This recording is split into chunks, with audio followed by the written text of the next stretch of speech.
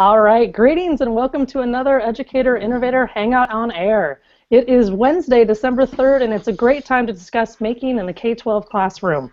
We have a lively bunch of folks today that are here to talk about making in a K12 classroom and also maker spaces and making in general. What is it? Can we define it? How can we promote it? And why would we? So I'm your host, Jessica Parker, an associate professor at Sonoma State University and the director of the Maker Certificate Program. Today, our guests are maker educators in the Bay Area and Northern California who have integrated making throughout their K12 settings. We have a range of educators from the North Bay area, including Marin in the North Bay, Berkeley and Oakland from the East Bay, and Palo Alto from the South Bay. Our panelists work at a number of different settings, including public, independent, and charter schools, and they are here today to share the role of making in their K12 setting and to discuss why and how they make in their schools. So without further ado, let's go ahead and have our guests introduce themselves, starting on screen left. So Ilya, let's go with Aaron, actually. How about you first? Hi, I'm Aaron Vandorf, and I work at the Creativity Lab at Lighthouse Community Charter School in Oakland. And we've been working with students to design projects and take them to Maker Faire over the last 5 years and expanded our work to K12 starting last year.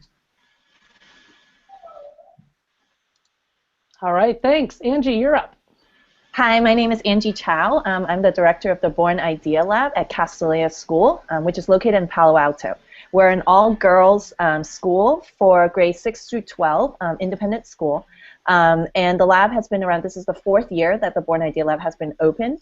And it is also the home of our robotics team. Great, welcome. David, talk to us.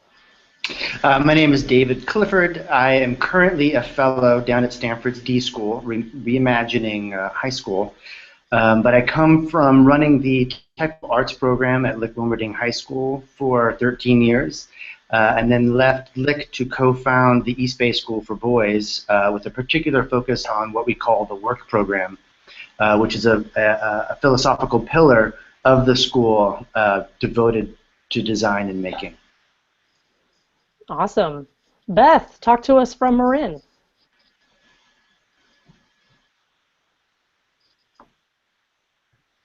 Sorry about that. Hi, my name is Beth Espinoza. I am a technology coach as well as a new maker coach this year for K-4 public school in Marin, and we are just getting started. We have a mobile maker cart, and we're figuring out what it is that we need to add to our supplies, and just in step 1. So thanks for having me here. Thanks for being here, Beth. Appreciate it. Ilya, talk to us from Oakland, California. Hey there, I'm Ilya Pratt from Park Day School in Oakland, and I'm the Design Make Engage director here. And we're a K-8 school and independent, and recently almost finished a workshop. Yeah, having a good time with this world of making. All right, thanks everyone for being here. One more thing before we get started. If you're watching this hangout from the Educator Innovator blog page, we really encourage you to jump into the chat room to converse with others who are watching. We'll be posting links and resources throughout the webinar. So thanks so much, panel, for being here. Why don't we start off with the most obvious question. What is making? How is making defined? So if you guys could talk about how making is defined at your school, and why do you actually have a maker space? What's it used for? That would be awesome. So who wants to jump in? I could jump in. This is David Clifford, and I will speak about making at the East Bay School for Boys. So the language that we use, we do have a maker space. We don't use that language. We call it a workshop. And we have chosen to call it work. We have 4 pillars at our school: self, prep, work, and life. Self is devoted to social-emotional. Prep is academic preparation and to be a healthy 40-year-old man. Work is the hands-on design purpose piece, and all in relationship to life. So the work pillar is about design and building. It's design into all of our classes. So it's not just in the workshop, but it's in science, it's in math, it's in history, it's in language arts, it's in Spanish class, it's everywhere. And all of our teachers are trained in design and making in what we call the August Institute, and we also touch on design and making throughout all of our faculty meetings throughout the year. So it's developing in our staff the literacy, the visual literacy, and the technical literacy of making. Let's see, it's for the boys, it's about developing in them the agency to design their own purpose in life. We give them the opportunity to practice in our workshop and again in the classroom, opportunities to practice hard skills like metalworking, woodworking, cooking, drama, floral arranging, machining, blacksmithing, but then also the soft skills of growth through failure, collaboration, communication, empathy, and the like. I'll stop there. Great, thanks so much. Does anyone else want to dive in and talk about how is making defined at your school, and why does your school have a makerspace or another space in which you promote making and tinkering? Sure, I'll jump in if that's all right with others. Again, this is Angie. I'm hailing from Castilleja School down in Palo Alto. Our school's been around for a really long time, like over 100 years. It's a very traditional college prep type school. It's all girls, so it's a good kind of contrast. Boys' school, now girls' school. So our makerspace can really be traced back to the fact that we've had a robotics team in our high school since 2005. We participate in FIRST Robotics, and you know, a few years ago, our administration really wanted to think about like how do we build out a shop that can actually support our robotics team better. We've never really had shop curriculum here at Castilleja. So the fact that we were going to build out a shop meant that we had to think about in what way we would want the space to be used. Many conversations were had, and the ultimate kind of result was that we didn't want to build a lab that only catered to the engineers and to the robotics, you know, students. So you can kind of, I kind of see kind of the purpose of our space as being twofold, right? One is to really support those, including the students on robotics team, support those students who are really interested in engineering, give them a space to kind of make their ideas come to life. But the other goal is really to ensure that every student at Castilleja has experience or is able to experience the type of hands-on learning that they would get in this type of space. So that's kind of where we started. So we built out the lab, so it has kind of all the traditional shop tools that will support kind of the robotics team. We've got saws and drills and stuff like that, but then we also added a bunch of digital fabrication equipment on the other side to support kind of the rapid prototyping environment. So you know, we started with kind of that concept of making, but through the years, and this is the 4th year we've been in operation, I feel like we've been growing our definition of making every year. Both because you know, we get new tools, as well as we see what other schools are doing and kind of say, oh yeah, of course that's making. There's a lot of learning that goes into it. So now we have a sewing corner, we have a whole wall of just craft supplies, we have electronic kits everywhere. So for us now, I think anything that students are doing with their hand or constructing, they're building, anything goes. Anything like that would be defined as making. That's cool. Awesome. Thanks so much. Aaron, do you want to follow? Sure. So I definitely agree with what Angie was just saying in terms of the definition of making from the skills point of view and from the kind of materials point of view. We have a very broad definition of what making is in terms of, you know, what materials we use. But I think the thing that we've come to over the last few years is that really for us, making is under the umbrella of inquiry and student-centered learning, and we kind of go back to Papert and what they talk about, or what he talks about there with constructionism, and that if we can construct something that we can share with others, that the learning is going to be more meaningful. And so that thing can be a physical object, as in making in a traditional sense, but it can also be a theory that you've made that you can share with others. And so we really think about that when we're trying to plan new modules or new projects that we're working on, and how we can really have students be at the core of the learning, and students be the ones figuring out what's happening. And in terms of why we have Makerspace, really the space is here to support that shift in teaching or in learning that we want to see happening.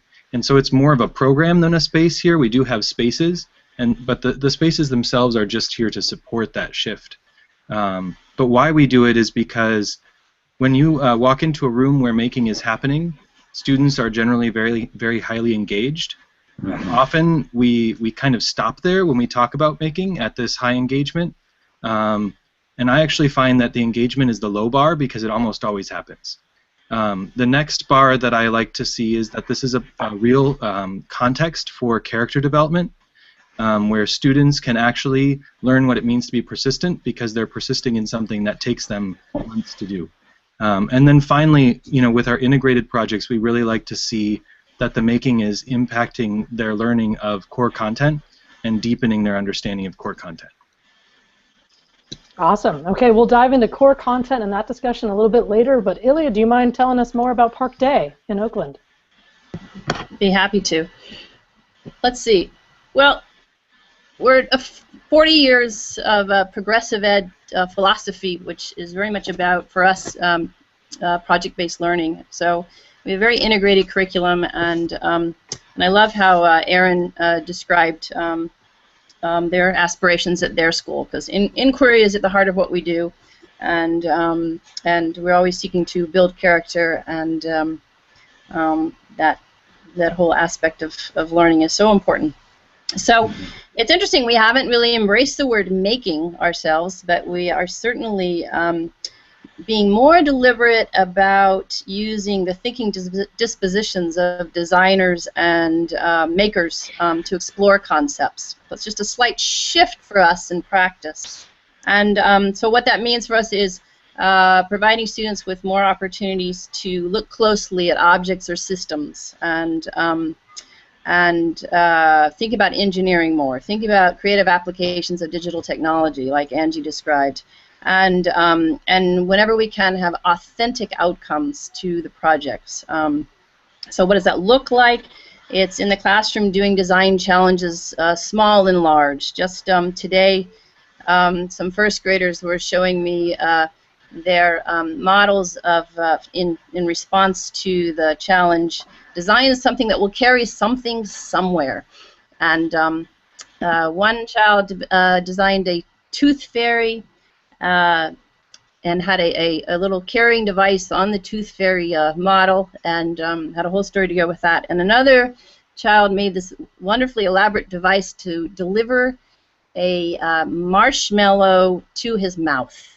It was just this wonderful thing. And then on a larger, more complex scale, it's as part of a bridge building unit to build an authentic suspension bridge out of fire hose. That was a pretty elaborate one, pretty cool.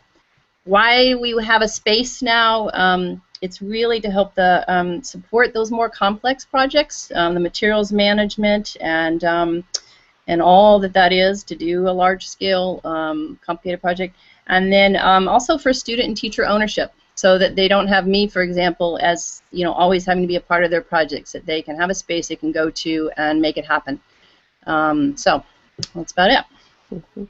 Wonderful. Thanks so much. I'm looking forward to getting that marshmallow contraption for myself and my family.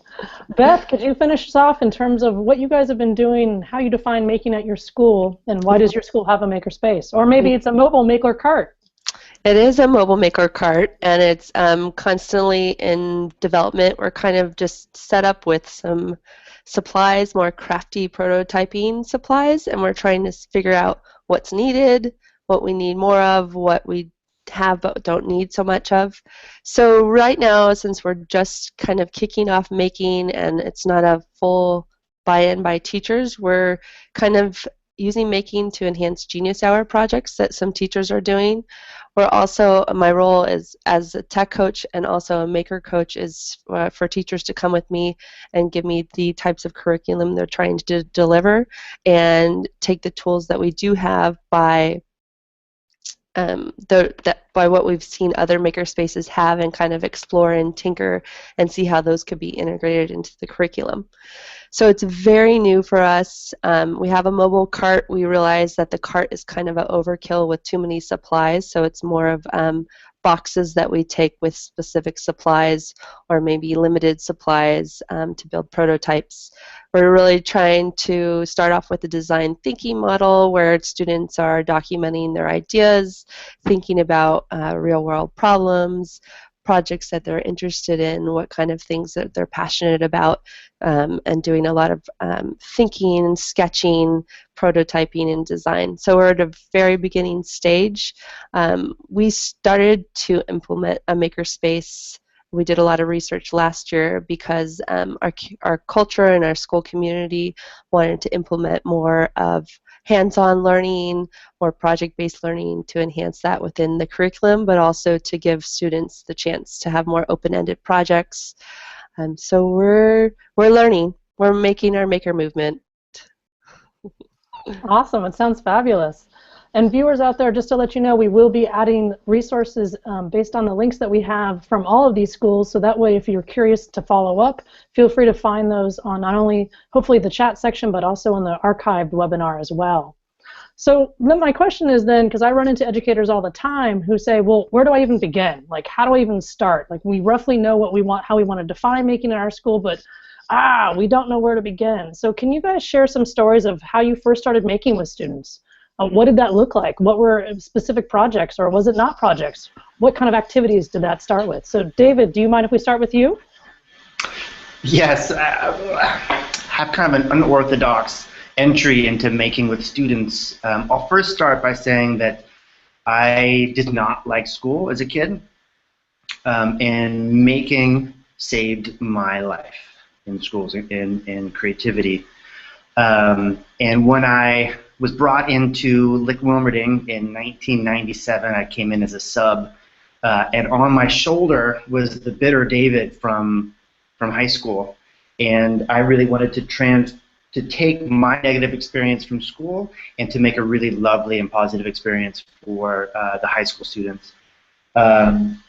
So I say an orthodox entry into making because I inherited a shop program that started in 1895, but had fallen to the wayside of a college prep school. And so I had to figure out a way to redesign the program to be relevant to 21st century students. And so it was just as all of these amazing panelists mentioned, it's not just the hard skills, but it is all of those skills that are needed now to navigate the 21st century. Perseverance, inquiry, wonder, creative and critical problem-solving skills. Weaving those into projects that kids care about, right? That they can see themselves in the project and that they can actually engage with the world. And so it transcends grades. It transcends schools, but it's about designing purpose. So that was Lick. And then seeing that magic happening, you know, we live in a world where rigor is the idea of success in schools, but rigor can also be joy. And watching in these kids while they were making, the smiles on their faces while they're also tearing their hair out in frustration. And that's learning, right? It's messy and it's exciting and engaging and terrifying, and it's hard and it's fun. And then again, trying to design something for middle school boys, which is another design challenge. They're an extreme user, and they engage with the world differently than high school kids, than middle school girls. And that was a really lovely challenge as well. So let me just go back. How you enter, how you get making into your school, it's a paradigm shift. The way you see rigor, the way you see learning, and the way you empathize with how kids want to engage with learning. So really all you need is the right question, the right parameters, and you can do it with an index card, period. Awesome. Thanks so much. Yeah. Angie or Aaron, you guys want to jump in? How'd you guys start making with students? Sure, I'll jump in if that's okay with Aaron. Aaron, you can go first too if you like.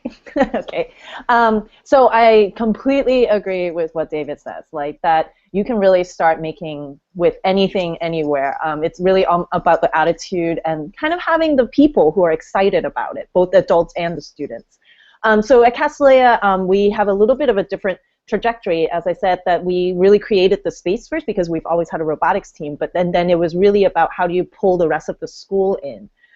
So in year one of the lab, year 1 and 2, I would say, really our main focus in the lab for me and my team was to really how do we work with our teachers so that we can design projects that are integrated into the core subjects across grade levels and across disciplines, right? And this was basically harks back to the philosophy I mentioned earlier, which is that we want to ensure that every student at our school gets experience in the lab. The easiest way to do that is to make sure that we do projects in a class that they're required to take. That was our way of doing it. Whenever we get visitors, I always say that I'm not saying that's the right way to do it. It really depends on the environment of the school, what the best way to start is. So for us, we had a bunch of great teachers who were really excited. So that's when we started developing projects. For example, 6th graders, during their science class, they would come to the lab for 2 kind of their class periods for science, and we taught them how to use the Arduino using a shield and using Ardublocks, and then we gave them the design challenge of designing an interactive light show, right? A very simple kind of lesson into physical computing and how about thinking about inputs and outputs. In 7th grade history, we had them spend a week in the lab prototyping the machines that Leonardo da Vinci designed from his sketches. So talking about why do people prototype? Like that every time you make a prototype, it's not, it's fun, but you should be using it to answer a question, something you're curious about. Maybe it's like, does it work? Or maybe it's like, how big does it have to be to hold this number of people, right? In 8th grade history, they spent 2 weeks in the lab at the end of the school year designing and building a scaled model of a monument that doesn't currently exist. So like a new monument that's dedicated to a famous woman in American history in a particular decade. Thinking now a lot about design as well as doing a lot of math and scaling, things like that. In 10th grade art, we do a project with the art teachers where she generally does a kinetic sculpture project. So we're like, hey, let's make that interactive. So we introduce them to what's called a hummingbird kit, so like basically just a robotics kit. And we had the girls actually added motors, think about where to add motors in their sculptures, and then how would visitors to this museum interact with it. So we had one girl do something that's kind of like an interactive wind chime. So instead of a wind chime that's set off by wind, when someone walks by, there would be actually motor that would strike the pipes and create music. So we started there. We started with all these great kind of integrated projects that we know every student is getting a chance to do. Then we started building out the program. So we started adding electives. So in middle school, we started adding, we have a Maker Scouts program. It's an elective, really. And our electives meet only once a week for a short period of time, but it's basically complete projects and earn badges. And that's really to build skills. So there might be a badge for 3D design and printing, and there's one for like electronics tinkerer, and there's one for 2D designer and laser cutting. We also added 2 upper school, high school electives, Introduction to Engineering, which I co-teach with a physics teacher, and Engineering Sustainable Solutions, which I co-teach with a science teacher, so it's kind of half environmental science and half product design.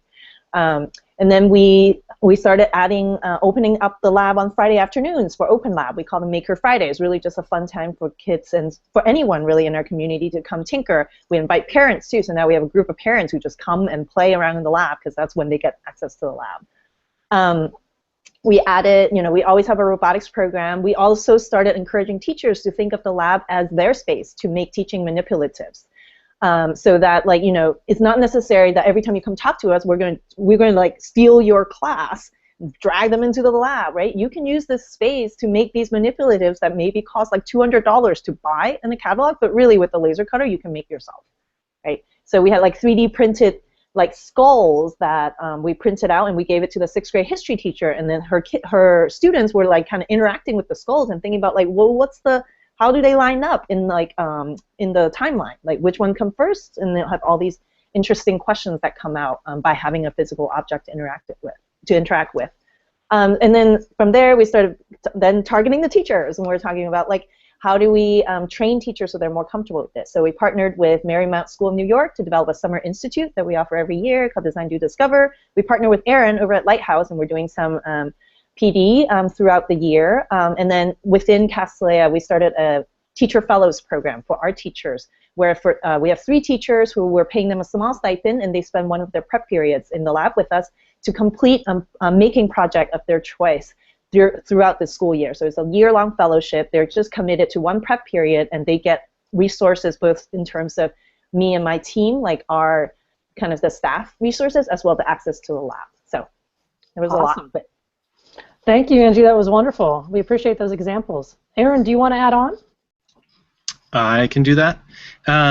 So I was just thinking about this as well from the perspective of how to coach someone to get in getting started themselves. And when any of us tell our stories, I feel like often that can feel really overwhelming for somebody who's new to making. And all these programs sound really amazing, but how do you get it started? And what we say when we're coaching folks is that we really think that we should think about one little piece of this or one aspect. And so one way to think about that is, does this fit into your after-school program? Does it fit into an elective? Does this currently fit into integration in core content classes, etc.? And so we ask people, because sometimes people are coming in wanting to do all that. For me, it started in my core content physics class, where we were designing and building mousetrap cars, which is a pretty common thing for physics teachers to do. But what makes it maybe a little bit different than in other places is we really use the mousetrap car as the vehicle to learn forces and momentum, so that when kids were designing this, instead of introducing these ideas initially, we let the kids kind of figure out, hey, this car's having problem, it's not gripping the surface, but if I put rubber bands on it, it works a whole lot better. And so then we would talk about friction and some of the forces that are going into that. So that's just an example of like a simple way to get started with one project, which I think is particularly helpful. Here at Lighthouse as well, other areas where I think are good ripe areas for getting started with kids are after school, because I've heard actually at other schools where people have maker clubs and things like that, but kids can really get into something that they're passionate about and has an academic piece to it, but at the same time it doesn't necessarily change kind of the core of the school in the beginning. But what I really like to think about is then how can that be a springboard for changing that core academic piece that we're trying to work on. And so here at Lighthouse, we really started in an elective space with a robotics elective that then became a making and robotics elective, where students, the core of that was students creating a project that they take to the Maker Faire. So they work on a project for 5 or 6 months, which for a high school student is a pretty long time to work on anything. And I think it mimics real life in a lot of ways that we can't really do in other academic settings. And then, as I said earlier, that kind of caught on, and teachers here got excited after seeing that for a number of years. And that's where, last year and this year we've been doing integration into content classes, where I'm available to coach teachers in thinking about how they might integrate making into their own settings. Thanks, Aaron. We appreciate that. Beth, could you talk a little bit about how you actually get buy-in from teachers? You mentioned that you had a mobile maker cart, and then it turned into boxes that you were bringing for supplies. Could you talk about how you actually got buy-in from those teachers so they would ask you to come to the space? Yes, it's definitely something that we are working on. A lot of it stems from starting with like our core teachers that are already interested. They're already doing Genius Hour. They're already maker-minded, which they're open to changes in their classroom and the way they deliver their instruction, and kind of modeling with their neighboring classes or their teams and sharing that information. So a lot of our challenge has also been professional development time. So I have a proposal in to my superintendent to try to get paid time for after-school training, where we can take the design thinking model and actually apply it to some challenges we're having in our own school culture as far as teachers, and see how that can apply to solving real-world problems. A lot of it's show and tell, taking it to staff meetings, maybe just a quick 15 minutes, which we haven't got time yet for, but to show them some of the new tools, how they work, how they might be able to be integrated into the classroom. So it's slow. Change is starting slow, but little by little, just like with technology integration, it's taking over, and teachers are, the excitement's growing. Great, thank you. Ilya, could you talk to us about how do we know students are learning through making? I mean, how do we actually know that? What do we see? What do we need to be looking for? And I'm sure that question comes across from administrators and parents all the time. And so if you want to add in buy-in as well, that would be awesome. All right. Well, learning shows up in so many ways. So what stands out to me right now is that students are, in the course of doing design challenges, for example, or any kind of making project, they're identifying problems and solving them, and with this, demonstrating an understanding and an application of the curricular concepts that we're focused on. And so if you just think about identifying problems, what's involved in that, you really have to think about the object. If it's something you're trying to make, you have to think about the system of that object and what's involved in it, and to do that level of thinking where you can take something and break it down into its parts is very complicated thinking. It's not to be underestimated. So seeing if kids can really identify all the elements of something they're trying to do, and identify where there's problems within it and changes that they can make towards to improving upon it is a terrific learning going on in there. And then my background is a learning specialist, and so you may be familiar with the terms executive functioning. And really, all of this project-based learning we're doing, it's an incredible amount of executive functioning, which of course is some of the hardest skills for any of us to develop over time. And that executive functioning breaks down into this: you've got to establish your vision. Break your vision down into the parts, make a plan to to make your thing happen, and self-monitor your progress. It's a big one for kids. And of course, adjust your plan and vision along the way according to how it's going. So if you just look at that particular skill set, it is an amazing amount of learning kids are doing, putting that into use. And then sort of a third piece of this puzzle for me is, in terms of showing how kids are learning, is the documentation and reflection time that you give kids, whether it's through facilitated discussion with the teacher or through them doing writing or whatnot, drawing, all those things. They need that time to really think about the process that they've been going through, more than the end product.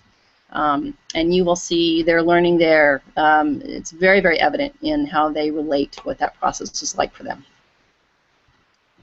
Thank you for that. If you could find maybe one of your favorite resources for executive functioning, that would be awesome to share with the audience as well as the panelists. So, all right, I'll look for something. I promise to get back to you. David, do you want to add on in terms of how do you know students are learning through making? It's such a great question. I used to have up on our whiteboard a quote: "The beauty of making is that you can see your learning." And because it's right there. And it's not, Ilya's right, it's not just the object, but the object, and to use Aaron's language, the object is the gateway, or I forgot exactly the language that he used, but it is that tangible thing that students can see their progress. We use the language at EBSB of craftsmanship, and what that does is it gives value and attention to the process of making. That we're not just making for making's sake, but we are making to learn more, not just about the content, but also about ourselves and our relationship with the world. So how do you see that learning? And I agree with, and I appreciate all that Ilya said about how you break down executive functioning. And it's taking also the long view, so that the boys' school, it's a middle school, so trying to scaffold it between the moment they enter our school, even during the admissions process, to when they leave. And to have all of these points of entry where they can practice and learn, and then also have those opportunities to reflect on and talk with the instructor, with their peers, and with their families. So we have quarterly student-led conferences where the boys walk their families through their projects and start to develop that language of self-inquiry and articulating their learning. It's really hard to quantify, and so again, it goes back to the values of the school, and sometimes you will need to qualify, and story is a great way to hear and see whether kids are learning. Thank you. Yeah. And audience members, those of you watching or watching on the archive, check out the East Bay School for Boys Curricular Pillars resource that David provided. It'll talk a lot about craftsmanship and their other values, which I find so phenomenal and really appreciate. Aaron or Angie, do you guys want to dive in terms of how do you know students are learning through making at your school? Sure. I would agree with some of the things I heard from David and Ilya. I think I would break it down that, first of all, we can see it, students can reflect on it, they can write about it, and then we can talk about it. Mm-hmm. And not all those things happen with each project. But to me, those are the core pieces, and it comes back to just good teaching. At the end of your lesson, if you don't have a closing, then students don't really reflect on what they learned, and they don't have any cognitive closure for that learning. And I think with making, it's the same thing. If I work on a project for a really long time, or if I struggle through designing something myself, I don't necessarily notice that I grew unless I actually reflect on that growth. And so it's actually just as important for their learning that we can see their learning in a way as it is just for us to be able to see it. And I think a really good example of this is when I walked into the kindergarten class recently, and they were doing some woodworking, and the teacher showed me one of the students' projects where they had drawn out ahead of time what they thought they wanted to make when they were going to build a turtle. And they had taken into account the tools and materials that they knew they had on hand. So they had designed a turtle on a piece of paper with little pieces of 2x2 and popsicle sticks, essentially. And their drawing looked like, little popsicle sticks stuck together, which is pretty cool that they can take all that into account at 5 years old. And then seeing the product sitting next to it, to me, showed clear evidence of learning, that a student is able to, to actually go through all of those steps to create the thing that they want to create, the toy for their friend, etc. And I would say that same type of learning is evident throughout the program from K to 12. Thanks, Angie. You want to add on? Yeah, I mean, I'm not going to add on too much because Aaron, David, and Ilya said everything beautifully. I think the only thing I'll admit is that even when we started doing making at Castilleja, one of the things we realized was that it kind of is in parallel with in line with the design thinking thing. It's almost like we had to just do it and then see what happened and observe what's happening, get that data, get that field observation data before we even know what we can measure, right? So it seems a little backwards because a lot of times you design a lesson, you're like, well, I know exactly what I want to teach. But for us, it was really let's just do these making projects, see what the students see what comes out of it, and then be like, oh wow, it really does measure this, and now I can design kind of a rubric or some sort of assessment that will actually quantify what we see, what we observe. And so that's something that we tell when we talk to other schools. We say you might want to just do this for a couple years and just see what happens before you start worrying too much about exactly how you assess it, because it's really hard to design assessments without knowing what data you're going to get. And then the other thing, the other point I want to make is that we're lucky that we have a director of assessment at our school. And there's a new position, and so she started last year, and working with her has been like eye-opening for me because I'm not from an educational background. And the thing she keeps telling me, and it took me a while, like she had to say it over and over before I got it, is like, Angie, making is a performance assessment, right? It's just, you have to figure out what you're trying to assess, but making itself is the assessment, right? Like, separately, like, what are you trying to measure? Is it you're trying to measure how they understand physics? And if so, then the making project, you would, evaluate it, assess their understanding of physics differently than, do you care whether they're understanding the iterative process of design? Then you would have them do the making project, and you would focus a little bit, you would, give the prompt a little bit differently or ask them to reflect on things a little bit differently. But the making, you can think of the making task itself as the assessment. Once she said that to me, and I finally got through this big head, is that for the engineering class, the first year, we have students keep design journals because we give them design challenges for each of our units, and I have them write it out as what did you do to define the problem, and what did you do to what are your ideas, include all your sketches. And then what I realized was that it didn't let me see how they were iterating on their prototype, because it presents the process as very linear. And so I saw that, and I'm like, that is not what I want at all. I want to see that they are trying something, figuring out what failed, figuring out how they're going to do it again, and doing that over and over and over. So now she's, Karen, who's our director of assessment, is like, well, if that's the thing, you got the data, you figured out what you actually don't want to assess and what you do want to assess, so that helped you figure that part out, and so now you can focus your prompt a little bit differently. So instead of structuring your design journals this way, maybe you want to have a diary or something, like a daily entry about what do you plan, what did you do today, what did you learn, and then what are you planning to do next. So I think that view of making as an assessment was really eye-opening for me. It sounds like we need to have a making an assessment webinar in the next couple of weeks as well, right before winter break.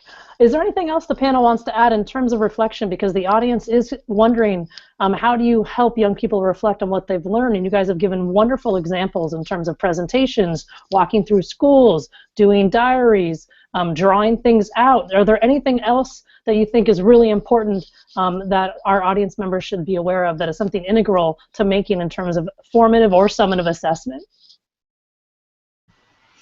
I guess I can add a little bit, and that is, in addition to the children or students reflecting on their own work, having them share what they notice about each other's work in some way can provide a lot of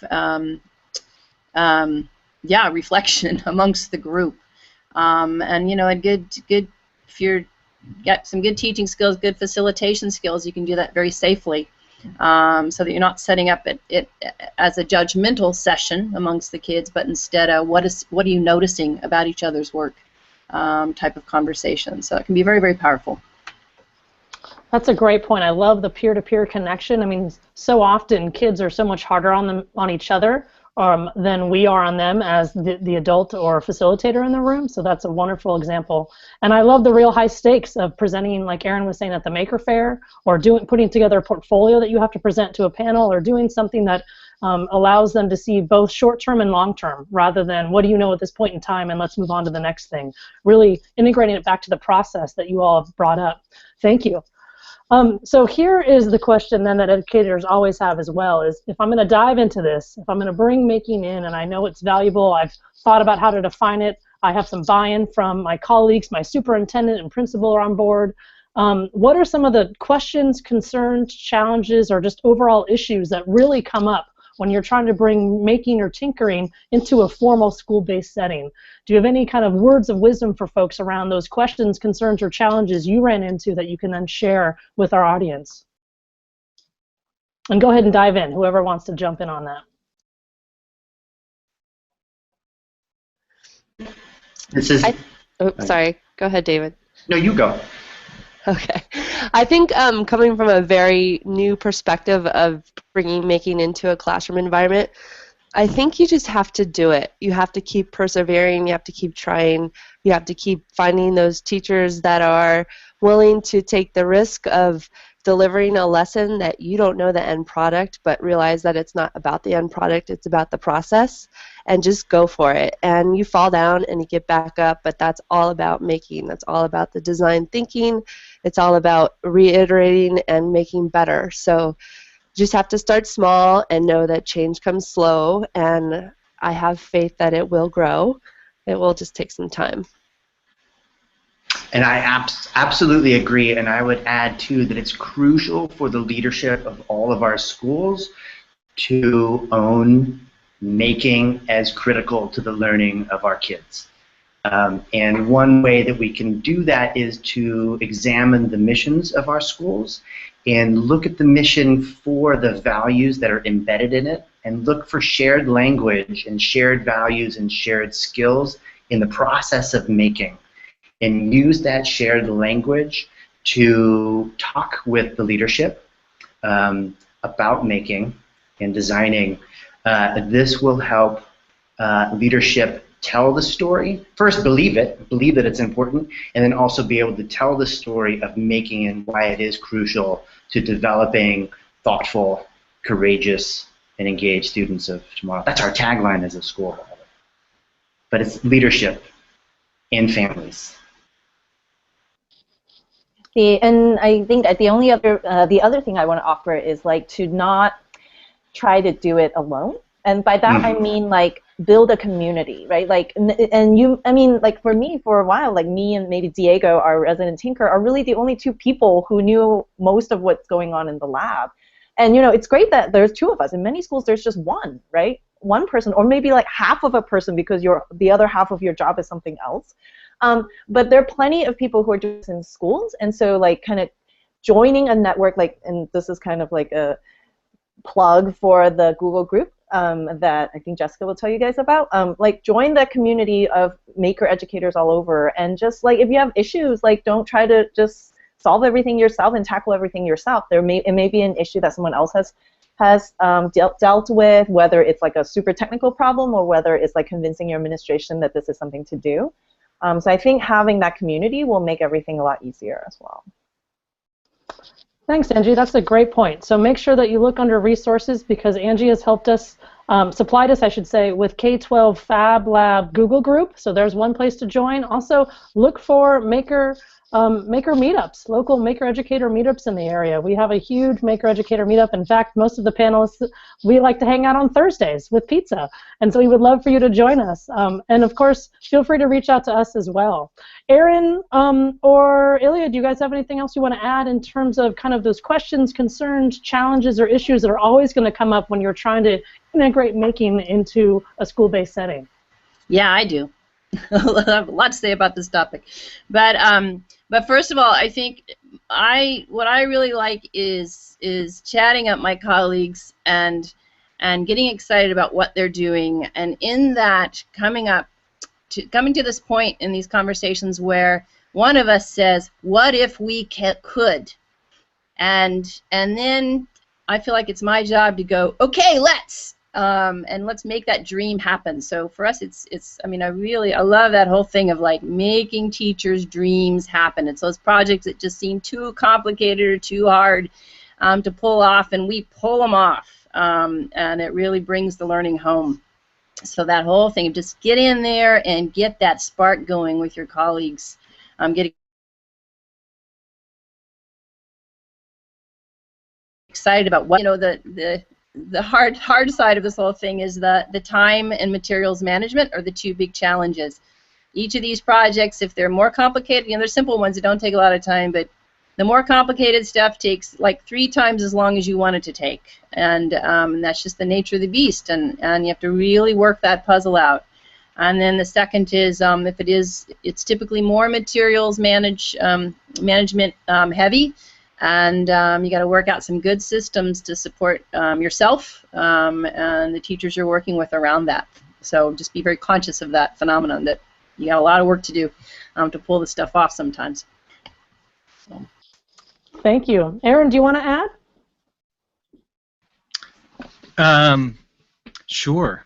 So I think that something that struck me about this whole movement is that I actually believe that this that making and design and this inquiry and student-centered mindset could be revolutionary to education as a whole if we all take it on. And I believe that just by watching students, and watching students get engaged, watching students be passionate about things, and watching students be passionate about rigorous, rigorous things both on the making end of the spectrum, like something that's really hard to build, but also things that we don't always engage all students in, like calculus or physics. And now they're using making as a tool to understand that. And I think that often, our traditional educational program doesn't speak to all students. But because of making and the fact that it's so broad, I think that there are aspects of it that speak to everybody. And something else that I appreciate about that is what Ilya was just talking about, is where it's the teachers coming and saying that they're excited to do something, and that we get to say that we're excited to do things, that this is a grassroots or do-it-yourself movement. It's coming from the bottom up instead of from the top down. We are offering professional development here. Angi mentioned that as well. So it's not big corporations coming in and offering these things for other people. The Sonoma State program that you work with, it's educators offering professional development for other educators, and I think that's so much more powerful than the traditional model. And another example of that, which I think somebody asked to mention here, is these educator meetups. And the reason I bring that up is because they didn't just happen. Educators thought, hey, maybe we should do this, and when the word was put out, we have 40 or 50 people who in the first couple months have signed up to be part of this community, and 20 to 25 who are showing up depending on the meeting on a Thursday evening from 6 to 8 to talk about teaching, right? So people are pretty excited to do this. So I think if people are interested, they can start these things, same thing up, by just putting the word out in their own areas to get that started. And if they're in our area here, they can really contact any of us. I think all of us are on those Google groups or that community, and we'd be happy to invite folks to be part of that group or in the Bay Area. Thanks so much, Aaron. Yeah, I'll make sure to put those links on the Sonoma State's Maker Certificate Program website. So for the viewers out there, feel free to click on that link, and I'll make sure by the end of today we have resources for you so you can get in touch. So even if you're not in the Northern California, if you're not in California in general, I just talked to someone in Hawaii the other day. I mean, we're more than happy to have a Google Hangout with you. We're more than happy to share emails. We're more than happy to have you come out and visit the sites, because this is as Aaron said, a grassroots effort, and it's really, really exciting to see not only the passion with our students, but also with our colleagues and, dare I say, our parents and administrators. It really is, it's really wonderful. So we have about 4 minutes left. So what I would love is to get each of you panelists to say, in 140 characters or less, what is the most important part of your Maker program? What do you think, personally, in your gut, is the most important part of your Maker program? And how about Beth, start us off?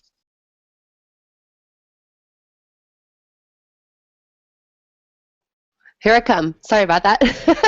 So I would say the best part of my beginning Maker program is accessibility. We have invested a lot of time and research into exploring tools, so hopefully we made some good choices with purchases and making this accessible to teachers. 140 characters. Thank you. Who's next? I'm in, or Aaron, you can go. You go. All right. Within your curricular goals, whatever you're trying to do, honor the students' interests. Find ways to do things that are meaningful to them. Someone needs to tweet that right now, please. That was amazing.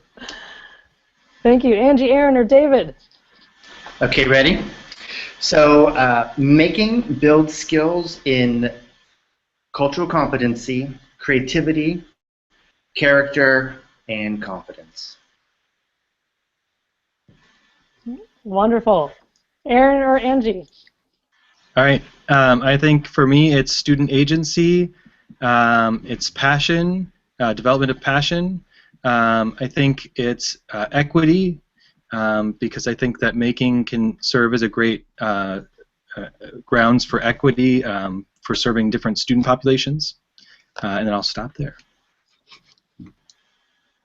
I'm going to cheat a little bit. These 3 words I did not come up with, but I think making teaches initiative, agility, and purpose. And for me personally, the thing I care most about is that the students find joy in making, that their faces light up the moment they get something to work or when they giggle when something fails miserably. That's what I want to see. All right, thank you, Auntie. That was great. And that wasn't cheating. That was just borrowing wonderful ideas from other educators and repurposing them. All right. Well, we're almost out of time, so I want to make sure audience members check out those resource links. Casey Shea, another maker educator in Sebastopol, California, was not able to make it because he had the November flu, or I should say November/December flu. So, but his projectmake.org link is there for your reference. There's also links available on Castilleja, from where Angie's from, Creativity Lab at Lighthouse Charter School, where Aaron is from, East Bay School for Boys, and Lick Wilberdine, from where David is from. Ilya and Beth are going to get me those links, and we're going to make sure we post them, I promise. And so I want to thank the panel so much. This was such a wonderful hour. I can't wait to hang out with you guys again. And thanks to everyone that was actually watching and chatting in the chat room. Join us next week on December 10th, next Wednesday, December 10th, from 11 a.m. to 12 p.m. Pacific Standard Time, as we engage in part 2. Don't think we're done. We just got started, people. On this webinar related to the development of a maker-educator mindset, right? And really, we're going to discuss opportunities for maker-educator professional development, because usually the next question after how do you define making is, how do I learn more as an educator? Where can I get support on this? And so that'll be next week. If you're interested in learning more about connected learning, make sure to check out the Connected Learning Alliance site at clalliance.org, where there are tremendous testimonials from practitioners and informative multimedia pieces. And if you'd like to keep abreast of future opportunities from Educator Innovator and partners like you've heard from today, please sign up for the monthly newsletter at educatorinnovator.org and follow Educator Innovator on Twitter at innovates_ed. Thanks so much, everyone, and have a wonderful Wednesday.